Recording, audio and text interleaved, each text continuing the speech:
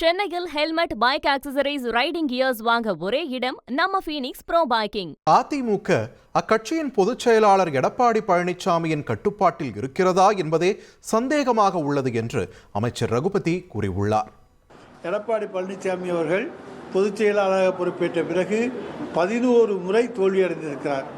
இப்படி தொடர் தோல்வி அடைந்த ஒரு அரசியல் தலைவர் அவராகத்தான் இருக்க முடியும். இதிலிருந்து அண்ணா திராவிட முன்னேற்றக் கழகத்தை வெற்றி பாதையில் அழைத்து செல்வதற்கு அவருக்கு எந்த விதமான தகுதியும் இல்லை என்பது இன்றைக்கு நிரூபணமாகி இருக்கிறது. அங்கே இருக்கக்கூடிய தலைவர்கள் எல்லாமே வெறுப்போடு தான் இருக்கிறார்கள். அவருக்கு எந்த பயமும் கிடையாது என்பதெல்லாம் தவறு.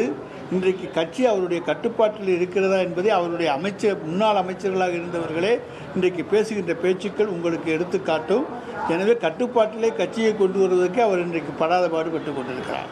சென்னையில் helmet, bike accessories, riding gears வாங்க ஒரே இடம் நம்ம ஃபீனிக்ஸ் ப்ரோ பைக்கிங்.